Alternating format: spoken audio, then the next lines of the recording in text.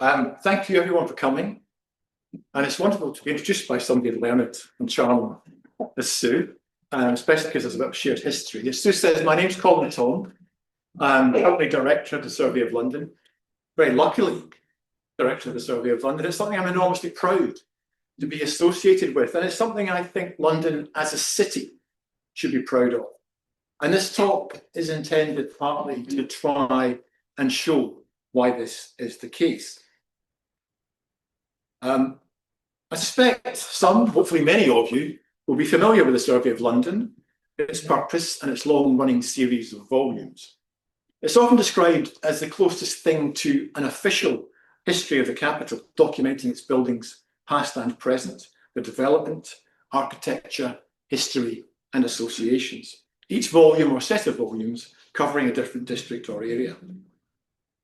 The text of the books is based on intensive new documentary research and on-site investigation, and they are profusely illustrated with measure drawings, maps, archive images, and specially commissioned photographs. They provide the most detailed, reliable, and illuminating accounts of London's built environment, and so are an invaluable resource for planners, historians, architects, or really anyone with an interest in our capital city. Oh, sorry. And here is a selection of some of our recent publications on your left, 2 volumes on part of the district of St Marylebone, which comprises much of the prestigious West End of London, north of Oxford Street. Bottom right is a separate volume focusing on Oxford Street in its entirety, the longest continuous shopping street in Europe. And top right, our most recent publications, which came out in 2022, on the distinctive East End area of Whitechapel. And I'll say a little bit more about each of these later. So how did such an undertaking come about? What brought it into being? How does it connect with the wider world of conservation in London? And what makes it special, if indeed it is special? These are some of the questions I'd like to look at with you over the next 40 minutes or so. And let's start at the beginning. The Survey of London, or to give it its rather cumbersome original name, the Committee for the Survey of the Memorials of Greater London, was founded in 1894 by a young arts and crafts architect and designer named Charles Robert Ashby as a volunteer project to record London's threatened historic buildings. And here is Ashby in a photograph taken around 1900 by one of his friends, the American architect Frank Lloyd Wright. Ashby's a very intriguing, visionary, multi-talented, committed, and slightly odd man. As well as being an artist and an architect, like many young intellectuals of his day, he was also a great social thinker and an activist. He was one of a band of young intellectuals who came down from Oxford and Cambridge and were drawn into a rather fascinating form of mission work in the 1890s in the poorer parts of London, to see if it was possible for people with the privilege of education and money to do something to improve the terrible social and cultural conditions there. Like many of his generation and background, Ashby was shocked by the squalor and degradation the poor East Enders were forced to live in. He joined the University Settlement House at Toynbee Hall, funnily enough, in the Whitechapel district the survey has just covered. This was the first purpose-built house of the so-called settlement movement, which was active between about 1880 and about 1920, and which attempted to bring the classes together to share and benefit from each other's knowledge and skills. While he was there, Ashby, being of an artistic temperament, took a particular route in this mission. He established a guild and school of handicraft because he believed strongly that the best way to redeem people's lives was to give them skills, especially handicraft skills, to teach them how to make beautiful objects, which Ashby thought was a significant aspect of reform, of improving lives. And here are some of the East End men and boys of the guild with Ashby slightly with a moustache, slightly obscured by the boy sitting in the middle at the front, and also some examples of the very fine silverware and jewellery that they produced. While he was in the East End, Ashby was also distressed by the degree of redevelopment taking place there and in other parts of the city, and the increasing loss of London's older and more graceful architecture to make way for what he regarded as rather drab and ordinary commercial or industrial buildings or speculative housing. And you have to remember, at this time in the 1880s, there's no mechanism for protecting historic architecture, no listed building system, no heritage protection like we have today. People could demolish at will, and characteristic of London building types like these wonderful coaching inns were disappearing rapidly without any attempt to preserve them. But as these early photographs of the 1870s and 80s suggest, there was, however, a growing concern in London about the damage being done to the city's culture and heritage, and a desire to do something about it. These wonderful images were taken by Henry Dixon, a photographer working for an organisation called the Society for Photographing the Relics of Old London, one of several bodies that began appearing in the late 19th century as part of the capital's fledgling conservation movement. But the ethos here is strictly about recording what was to be lost, rather than trying to save it. By Ashby's time, there was also the Society for the Protection of Ancient Buildings, which is still with us today, founded in 1877 by William Morris, following ideas first expressed by the artist and writer John Ruskin. Both Morris and Ruskin were very influential figures for Ashby and for British architectural conservation in general. They argued against the overzealous restoration of historic structures, what they called scraping away later layers of fabric, in a misguided attempt, or what they saw as a misguided attempt, to achieve some notional original state. Ruskin and Morris believed that these later alterations gave buildings their rich patina of history and therefore should be cherished. So their focus is essentially on the restoration or conservative repair of ancient monuments rather than conservation per se. Ashby's Survey of London project was part of this wider campaign, though his approach to historic buildings and conservation differed from the others. For Ashby, the subject was part of a broader personal vision of what he called the social welfare of the city and its people. He placed the need to preserve historic buildings alongside the need for better housing, for museums, for libraries, for parks and gardens and open spaces, to make London a better place for its citizens. For in Ashby's view, if properly cared for, the historic fabric of the city could have special meaning for ordinary people. And what stirred them into action and brought the Survey of London into being was the demolition of a well-preserved but unrecognised Jacobean hunting lodge in Bromley by Bow, known as the Old Palace or King James's Palace, to make way for a new school. Ashby later wrote of this experience with some bitterness, and I can thoroughly recommend his polemical introductions to the early Survey of London volumes. They're very well worth reading. And I'm going to read a slightly reduced version of some of that quote. Here's what he said. "We now have on the site of King James's Palace a well-built board school, sanitary, solid, grey, grim, and commonplace. What we might have had, with a little thought and no extra expense, would have been an ideal board school with a record of every period of English history from the time of King Henry VIII as a daily object lesson with little citizens of Bromley, a schoolhouse to be proud of." So when a similar fate threatened the Trinity Hospital in Mile End Road, a group of almshouses built in the 1690s for retired sailors, Ashby and his band of volunteers were ready.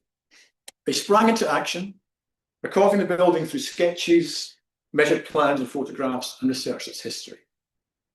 Ashby also stirred up a campaign for its preservation, eliciting support from a number of public figures, including William Morris, and also the recently retired Prime Minister W.E. Gladstone.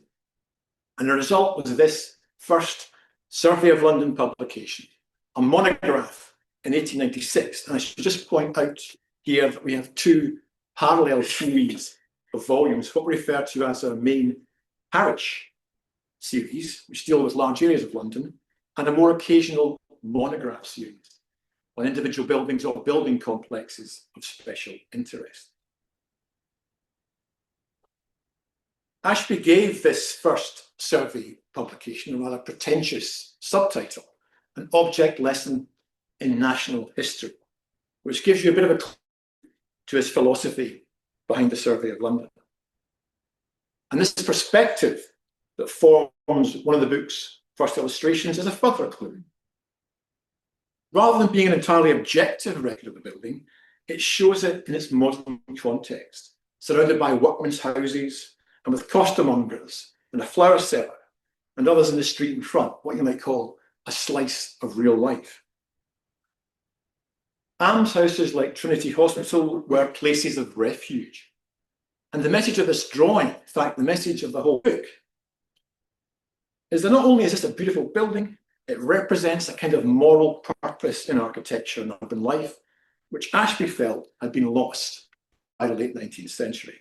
And in that sense, the book is an object lesson about what we should revere and respect in buildings, not simply because of their construction and appearance, but because of the way they are used, their human function.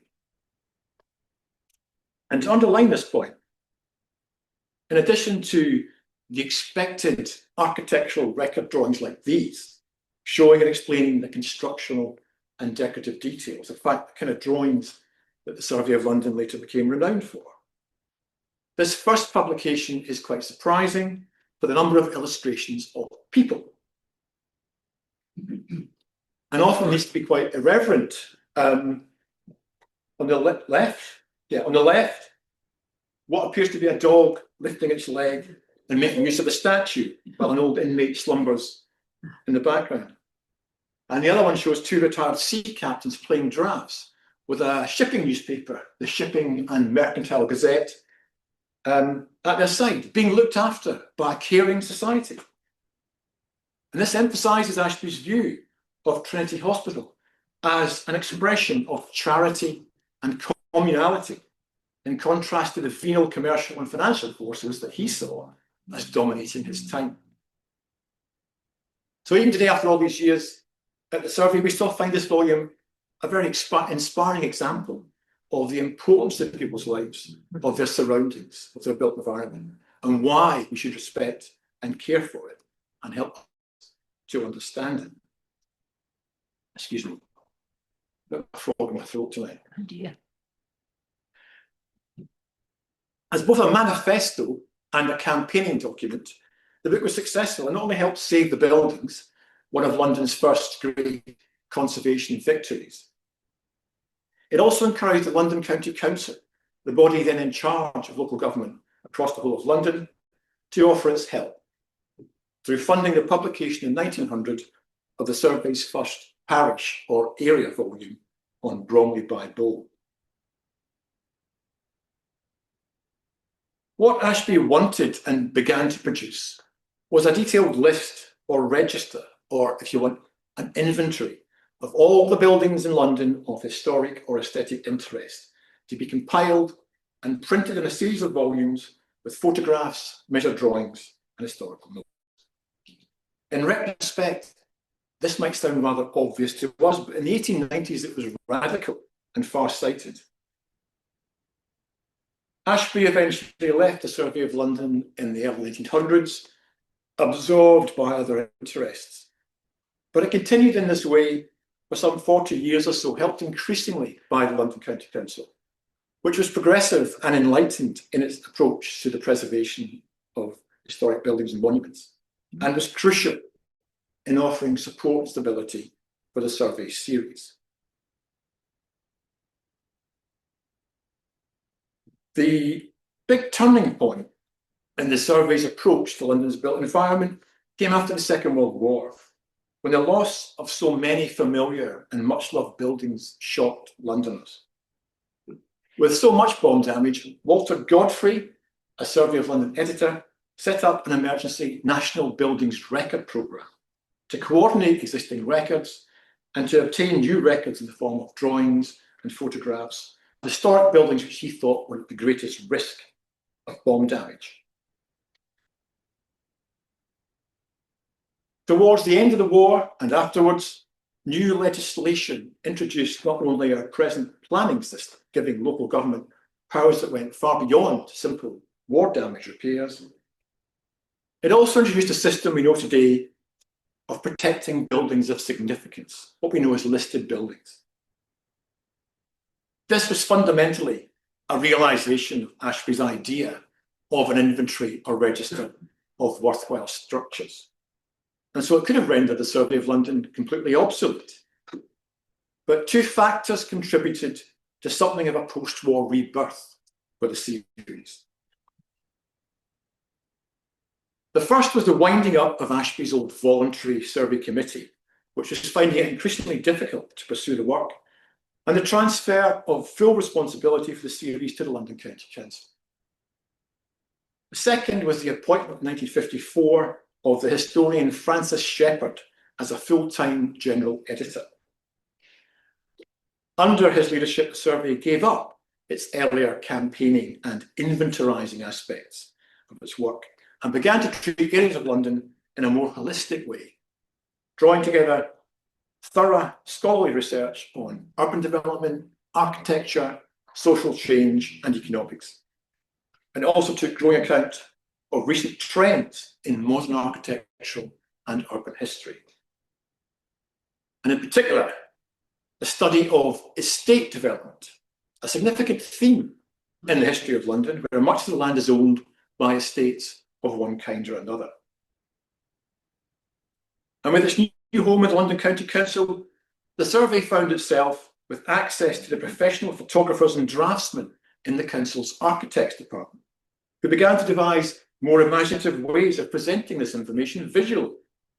For example, with annotated maps explaining land ownership patterns and the historical processes at work, the social and economic background to building development.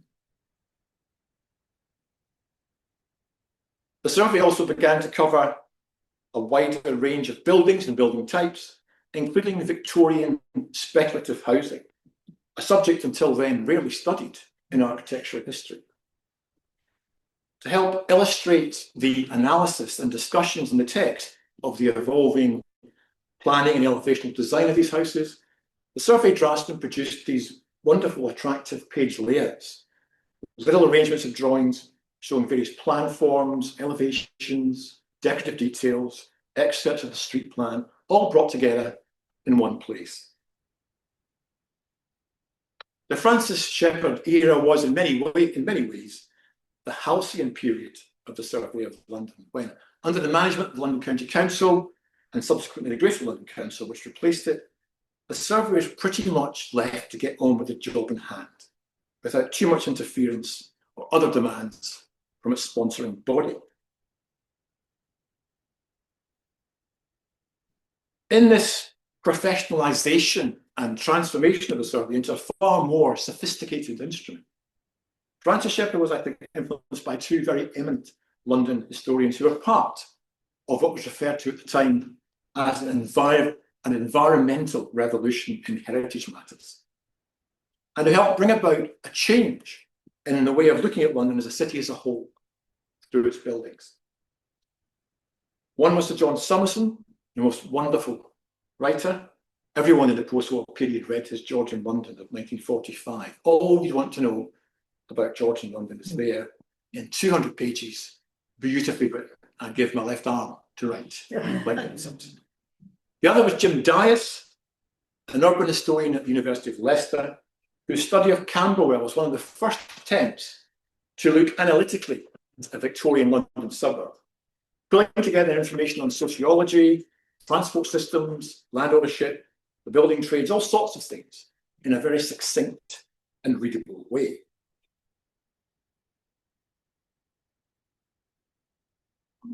As a result of these changes, Londoners who in the 1930s had perhaps shown a limited interest in the fabric around them came to understand their city and to see their environment as something not to be disturbed without good reason. And the survey volumes became a useful tool in terms of conservation policy. And we can see this in action best, not in East London, I'm afraid, but in Covent Garden in the 1960s and 70s. The decision in the 1960s to move the centuries-old flower and vegetable markets out of Covent Garden to Nine Elms and Battersea left that area empty and devoid of activity, and it prompted the GLC to plan a comprehensive redevelopment of the whole district. Now, this GLC scheme would have swept away most of the historic buildings that today give the area its special character.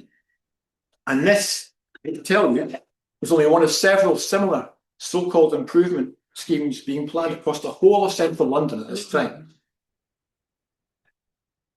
The Survey of London's study of Covent Garden coincided with this threat and had just been published when the controversial planning proposal went to a public inquiry in 1971. In a preface to that Covent Garden volume, the GLC Historic Buildings chairman, Reign Countess Dartmouth, later known as Reign Spencer, Princess Diana's supposedly wicked stepmother, she said she hoped this wonderful record of the past would inspire the town planners of the future. This is something I often talk to our UCL students about, because most of them are international. Because in the end, what happened was an archetypally British, or perhaps more accurately, an archetypally English solution. The government officially approved the GLC redevelopment, but at the same time, it listed over 250 buildings all across Covent Garden, largely informed by the survey's published findings, thus making it impossible for that redevelopment to take place.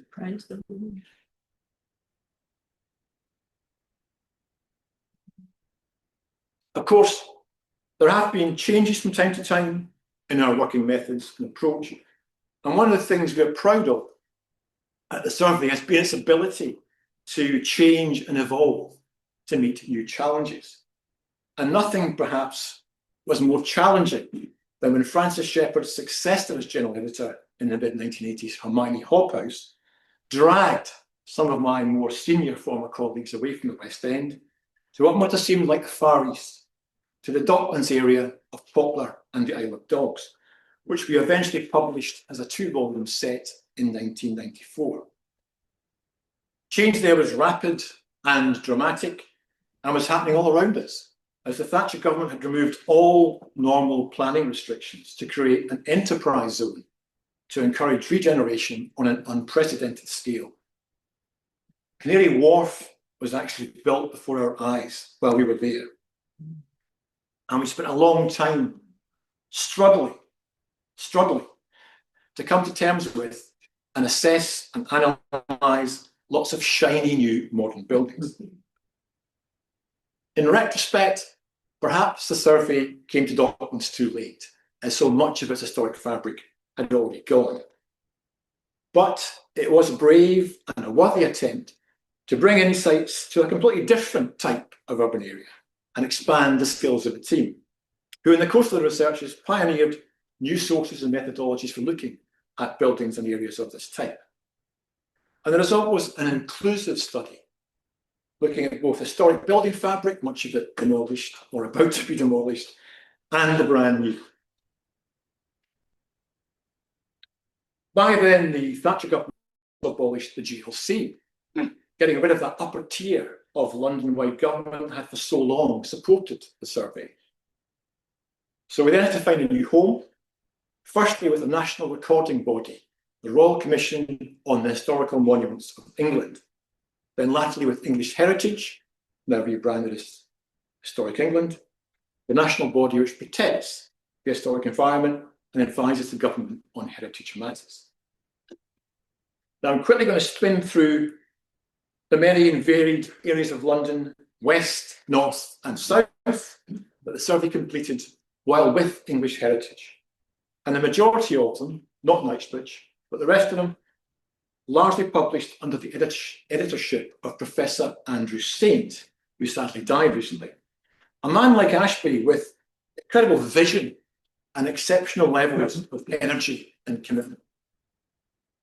So we have Knightsbridge on the left here, an adjunct to the survey's 4 Kensington volumes, completing its study of the area south of Hyde Park.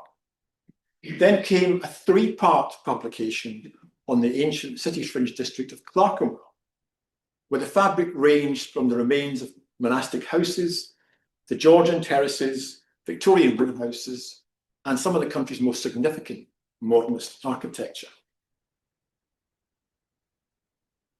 The Charterhouse, a former Carthusian monastery at Clerkenwell, on account of its substantial historic remains, its size and its complexity, was dealt with as a separate study in the monograph series. Thoughts then turned south of the river, which had been neglected by the survey since the 1950s. Now, at this time, we enjoyed a healthy complement of staff, not the case at the moment, and so decided to adopt a 2-area, twin-track approach to help facilitate a more regular programme of publication. 2 riverside areas were selected, each with much to offer in its varied heritage. Woolwich is a district of great historic richness, with a strong naval and military presence, a distinctive town centre, but by the late 2000s was rather poor and run down, and experiencing new development pressures and the first throes of gentrification, which actually made it a perfect subject for the survey of London. The other area was Battersea, which presented several characteristics that made it eligible for a more experimental approach in terms of presentation. It has a proud and interesting municipal history, which is manifest in many surviving public buildings. There's a collection of fine churches, many of them Victorian, an important railway network, which, as you can see in this illustration, is a major presence in the area, and the dwindling remains of a once thriving industrial past. And if you compare to the next slide, you'll see it was also an area on the cusp of extraordinary change at its northern and eastern edges, where another government-inspired opportunity area had sprung up, encouraging overdevelopment. Therefore, in a departure from our usual methodology, these and other significant themes and building types were treated typologically in the first of 2 volumes, whereas the second volume dealt solely with the area's veritable sea of mostly Victorian speculative housing, arranged along more traditional survey lines topographically. We hope that a more informed study of this type of working class and middle class housing can contribute to current academic concerns about the evaluation of historic suburbs, and also teach us something about how to deal with an acute housing shortage at a time of sudden population increase. As work on these Battersea volumes was reaching completion in 2013, the survey of London was once again put at risk, courtesy of the then Conservative Liberal coalition's severe cuts to the English Heritage budget. Fortunately, we were offered a new home by UCL's Bartlett School of Architecture, which recognised the value of the survey's research and publication programme and promised, or at least then it seemed to promise, a more sustainable future. And they thought of making use of our specialisms in their degree course. So for the first time, the Survey of London now operates from within a university, where as well as continuing with the preparation of these volumes, we're also engaged in teaching and sometimes in other research work. Sorry. When we joined UCL a decade ago, we'd already chosen to return our attention to the West End, namely to southern Marylebone, that is south of Marylebone Road, and Oxford Street, to try and fill in some of the missing gaps in our coverage of historic Westminster. And we felt it was a common misconception that these areas were already well known, which is not and was not entirely the case. One of the survey's long-standing strengths is to analyse and record the building fabric of the often complex historic estate developments in the central parts of London, where they're the most listed buildings, with several layers of history, complications of land ownership, and often the biggest threat in redevelopment. Well, that's not so much the case these days. 2 volumes on the South East Marylebone covering the historic streets of the Howard de Walden Gate, which is Cavendish Square, Harley Street, Wimpole Street, and Portland Place, appeared in 2017, and in the following year, it won the prestigious Society of Architectural Historians Colvin Prize as an outstanding work of reference on an architectural subject. A comprehensive study of Oxford Street followed in 2020. And this was another first for the survey, taking the form of a linear volume, covering both sides of the street from Tottenham Court Road all the way to Marble Arch, describing the varied architecture of its many department stores and boutiques, and its phenomenon as an attraction for shoppers and tourists. And a little bit about improvements in page design. I showed you early on some pages of the early Ashby volumes, because in the old days, the survey only had line drawings interspersed amongst the text, and with some black and white photographic plates arranged at the back. But since we published the Clerkenwell books in 2008, we fully integrated photographs with the text alongside the drawings, and also made widespread use of colour images. And I'm glad Sue's here. As you can see from this page spread from Marylebone, it brings an enormous benefit as well as an aesthetic improvement.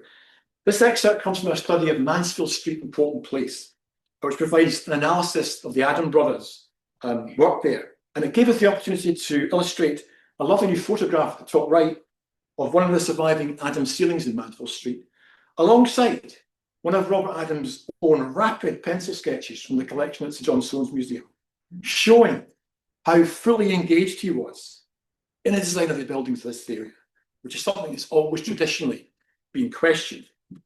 In fact, if you look at historic England list descriptions today, they still assign all these buildings to his much less able brother James, which can, of course, have consequences when it comes to planning decisions.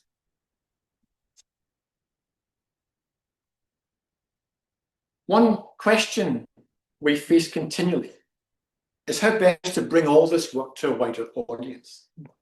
The survey prides itself on the contribution it makes in feeding into conservation in the long term, but to continue to do so successfully requires greater visibility.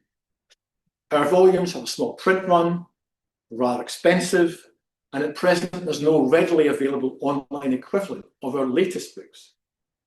But we do have an online presence. Thanks to a generous English Heritage grant when we were attached to that body, all the survey volumes up to and including those on Clerkenwell, which date from 2008, are freely available online via the University of London's British History Online website. This includes all the text and all the drawings, but not all the photographs for copyright reasons. And unfortunately, great though it is to have information at hand online, it doesn't really reflect or suggest the great care we take in the layout and appearance of the volumes for high production values.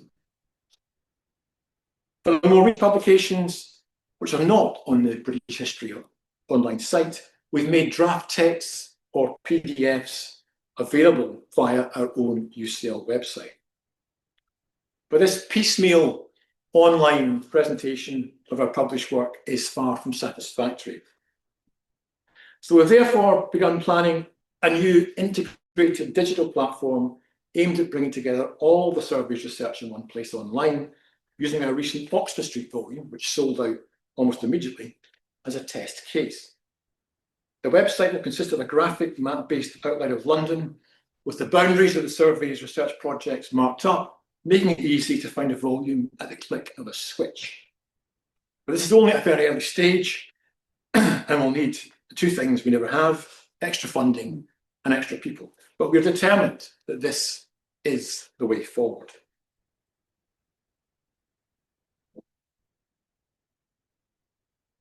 It's a bit of a cliche to say London is changing very quickly, but it is. And so too is the world of architectural and urban history.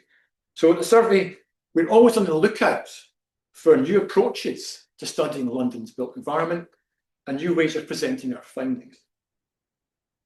As you may remember from my early slides, we recently completed a project on the Whitechapel area of East London, returning to our roots there.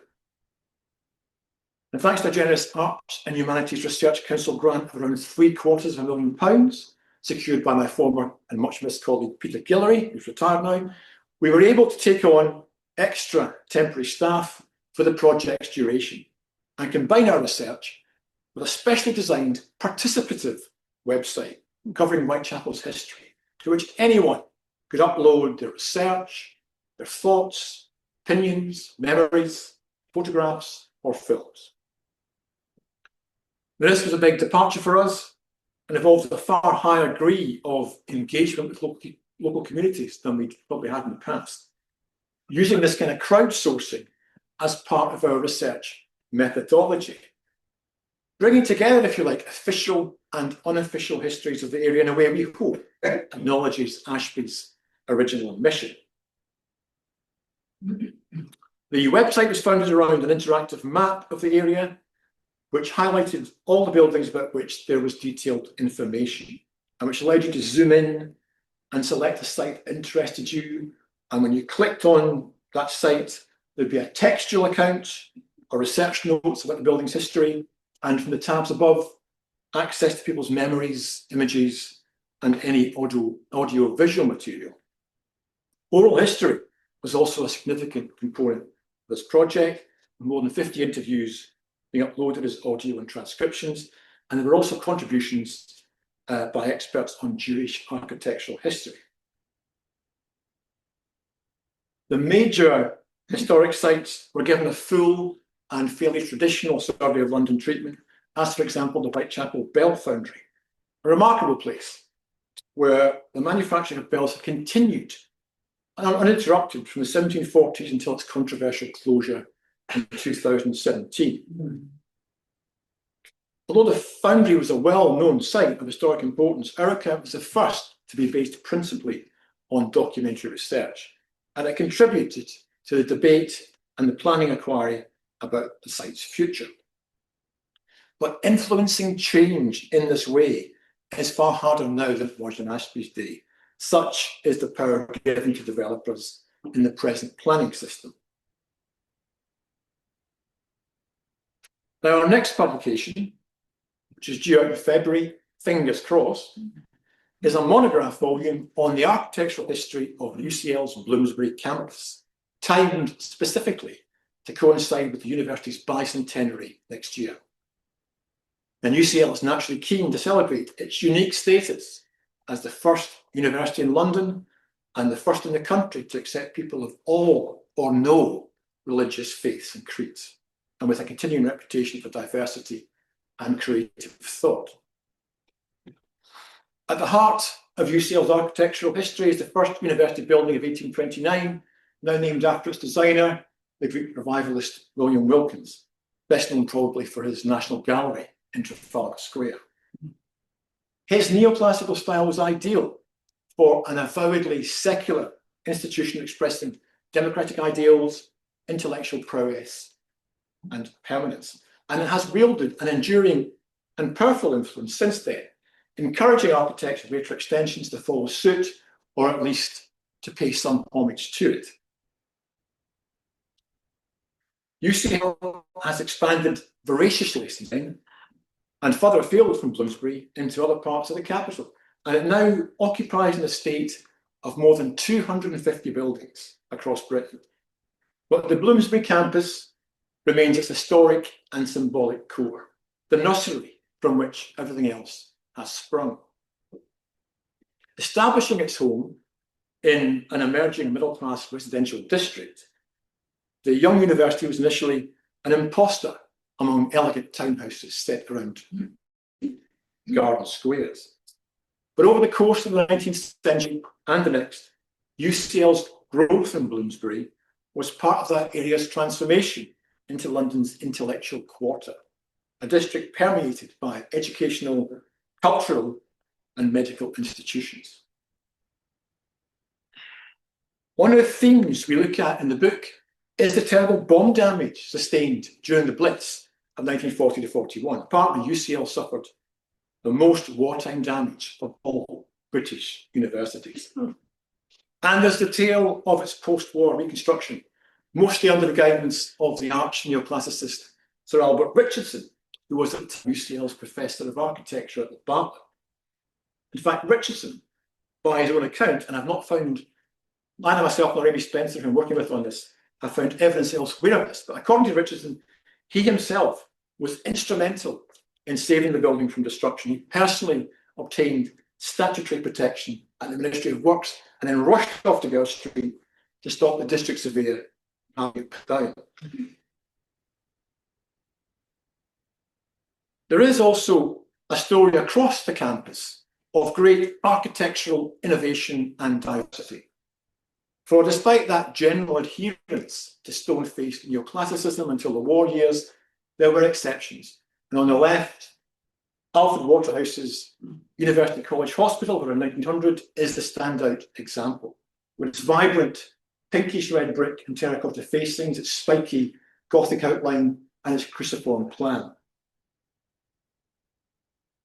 And by the boom years of the 1960s, UCL had thrown off its neoclassical shackles and was embracing modern styles and employing architects in private practice. And on the right is the chemistry department's Christopher Ingle building in Gordon Street, built in the 1960s to designs by Anthony Cox of the Architectural Partnership. And here are two more recent examples of that great variety in the campus. On the left, a wonderful sinuous front of the School of Slavonic and East European Studies in Taverton Street, one of the most arresting modern additions to the campus, built in 2002 to designs by Shaw Associates. And on the right is the newest one, the Student Centre on Gordon Street of 2019 by Nicholas Hare Architects. Both of these designs are very strong on energy efficiency and other environmental concerns, as is now expected of university buildings today.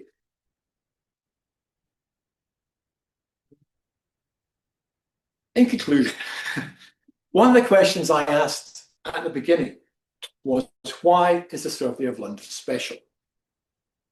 In large part, it's special because of its uniquely detailed and scholarly approach to cataloguing London. Its mix and quality of line drawings and photographs, the lucid readability of the text, these are all things that are continually referred to in reviews. But I also like to think that despite that,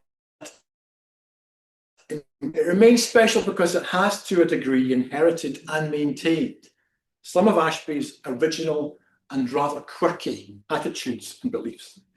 Ashby was certainly no scholar, nor was he a typical conservationist. He saw historic buildings not simply as isolated architectural compositions, but as a key part of the fabric of society, and the outcome and expression of changes to that society, broad, slow-moving changes. His reasons for recording old buildings, for trying to save them, were as much social and political as they were aesthetic.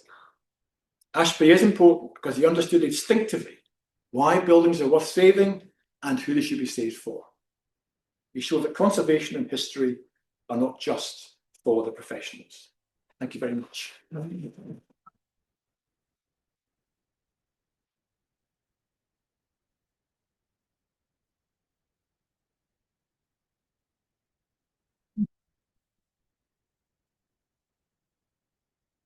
Thank you, Ken. That was absolutely fascinating. And you're happy to answer some questions? Or to try to. Right, in the fourth row back. Yes. Fourth row back. Yes. Yes, thank you. That was really enjoyable. Can I ask you about formats? First of all, what's the future of the book formats from the Survey of London? Are those still going to be produced as far as you're aware? And also, I was interested in the approach you're taking in Whitechapel. And I wanted to ask you about how you actually approach the editing of that site, and what's the longevity of that site do you anticipate? Okay, two interesting, challenging questions. First one on books. We firmly believe the book is essential, a book form. There's a discipline about publishing a book. You know, you can write endlessly online, but a book requires a certain discipline. And also permanence. I mean, we've still got the first volume by Ashby from 1894 in the office. You know, I'm not sure if whatever I'm doing now for UCL, will it still be there 100 times if it's just online? So our ideal is a hybrid. In fact, the UCL book will be the first one we're publishing through UCL Press, because our publishing contract with Paul Mellon Centre is coming to an end. And UCL Press is the first free online press. So basically on day of publication, you'll get the whole book as free online PDFs. You can also get it in print on demand, but we've managed to get some money to have a proper short printing of hardback books in traditional survey style done as well. And that's the hybrid system we aim to do in the future. Combine publication in book form and online publication. As for Whitechapel, I am not the best person on earth to comment on that, because I was working on Marylebone while Peter Guillory and 2 or 3 other colleagues worked on Whitechapel. I do know that the site doesn't function the way it used to. I think there's a problem with the longevity of some of these websites. Yeah. Does that answer it? Most of it? No, not quite. The actual, when it was live and working, Cesium, because you seem to imply that it's degraded somewhat. You're talking about community input. Yes. It's about the overall editorial control. How much editorial control is there in the sense of? I think obviously they were careful about. Can you just repeat the question? She's asking about how to be managed editorial control of a participative website where the public were contributing all sorts of data, you know, histories written by themselves, photographs, films, comments. Yeah. I think there was obviously an element of policing to make sure there was nothing that was bad. But otherwise, I think it was quite free. Yeah. Yes. Man in the blue sweater. Yeah, so rarely is it possible to refer to the complete survey of all the volumes published so far? I've just- other than British Library, or is there a single place? That's the point I'm trying to make about our idea for a new website. The unfortunate thing is there isn't. Well, you can Um, come to Not the not Soane. online. You Well- can come to the Soane Museum. Oh, I mean, many libraries have a complete set, but I thought the Guildhall Library might have them all. They're on open shelves in the British Library. Sorry? They're on open shelves in the British Library. British Library on open shelves. London Metropolitan Archives, or sorry, the London Archives as it's now called, in Clerkenwell, will have a complete set. That's the modern version of the library Sue used to work in. So there are out there, yeah. And obviously local libraries have ones for their areas. Yes, back. Colin, that was really fascinating. Thank you. The story, I use them, you know, often. Could you just talk a little bit, because sometimes when I'm looking at a building in your book, I find that there's a contradiction with sources I'm finding elsewhere. So I know it's a massive question, but how reliable are you? Well, how do you go about that research? Put down on the page, this is what we believe in reality. I mean, I think the most important thing in the research we do is trying as much as possible to use a variety of documentary sources. So you get a richer picture. Often you see a contradictory one. I mean, a newspaper might say one thing, an official record might say another thing. But the more you look at, and the wider, because the thing is, none of these records are made for the benefit of modern architectural historians. You know, they're made for either tax reasons or legal reasons or whatever. It's really to give it your best guess, you know. And I think by using a range of sources and a little bit of experience from having done it in the past and working as a team, one of the great things about the survey is the people in the team all come from different backgrounds, different specialisms. They all have something to offer, and we always read and comment on each other's stuff. So that also helps as well.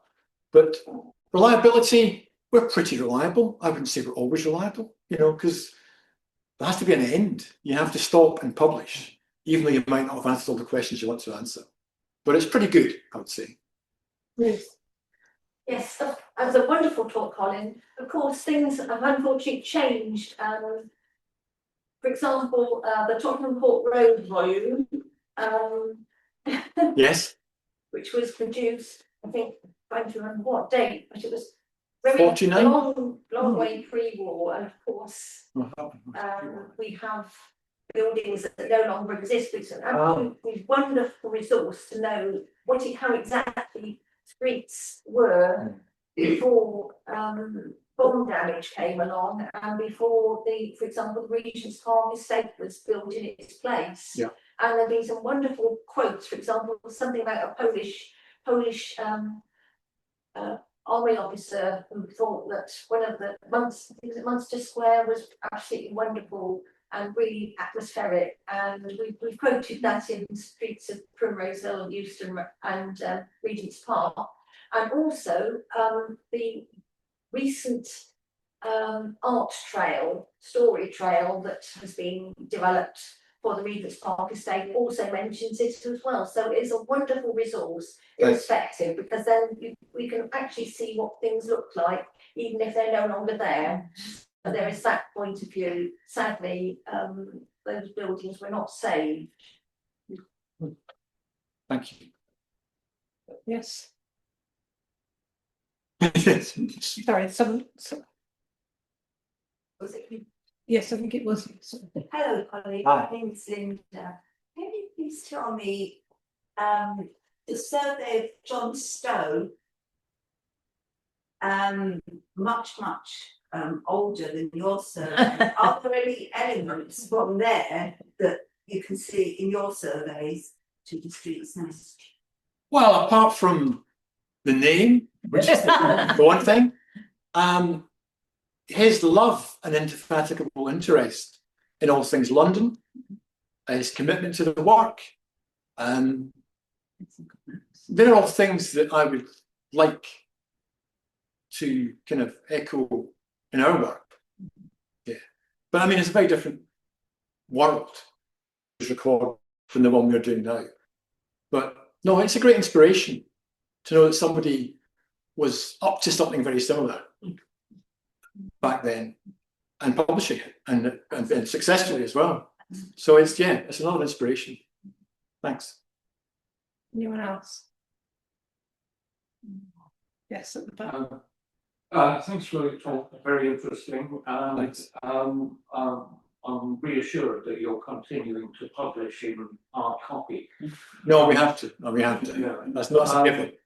I wonder if you may know of it, or you don't know of it, but it was an online resource produced by University College called the Bloomsbury Project, which was I remember that. very It seemed to disappear.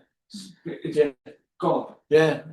We actually used it in the work. And the problem is, it's very hard now to refer to it because anyone following that link won't find it. You know, it's just gone. Do you know, is it coming back? I don't know. I'm sorry. I really don't know anything about it. But yeah, I know the one you mean. And it was very useful. But no, it's just no longer there.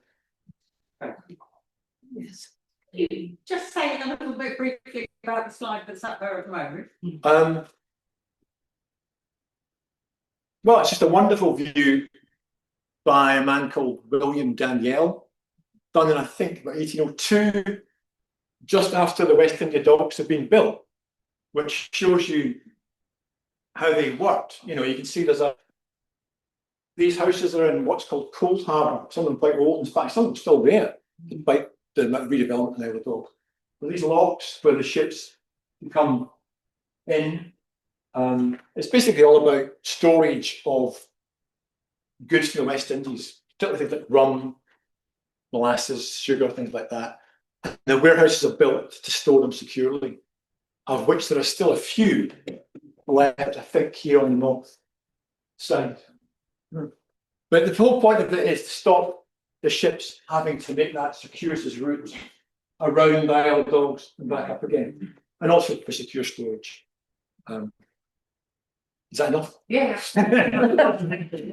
But it's where Canary Wharf is now, basically. Anyone else? Yes. Looking at that you put up with the different volumes, there didn't seem to be that much in the City of London. Ah. There isn't that. There isn't, actually, I do have a map, hang on, of, this is going to be so embarrassing, that's why I didn't show this. But that's the film that didn't work. Oh, No, it's working. It's just the volume isn't. yeah, the volume is good enough for you all to hear, don't think. But there's a map. Two embarrassments. One, the area it shows that we cover of London is actually the London County Council area, not the Greater London Council area. Excuse me. The reason being, it was decided by my colleagues a few years ago that there was historic building fabric and more threat in the central area, and better to focus our energies there rather than say Pinner or Bromley or whatever. So with us, pretty good local stories doing work anyway. So it's actually the LCC area, not the GLC area, and you can see how much there is not to cover, which is again the reason why I'm slightly embarrassed to show it. But in terms of the city, I think there are a couple of churches possibly in the monograph series, but the reason for that, I think, is some oddity of ownership or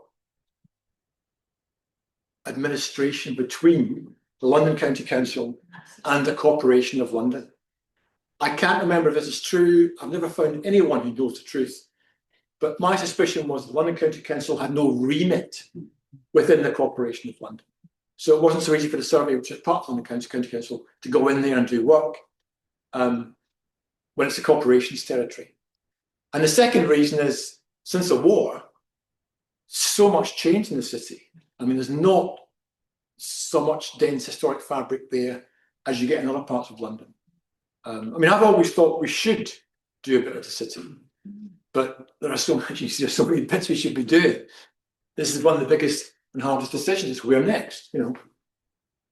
When I first started with the survey, when Hermione Hoppers was in charge, she ran a conference in our then base in Newlands House, opposite the Middlesex Hospital, which is now gone, and invited people from every borough to come and say what they thought the survey should do next. And everyone said, do our area.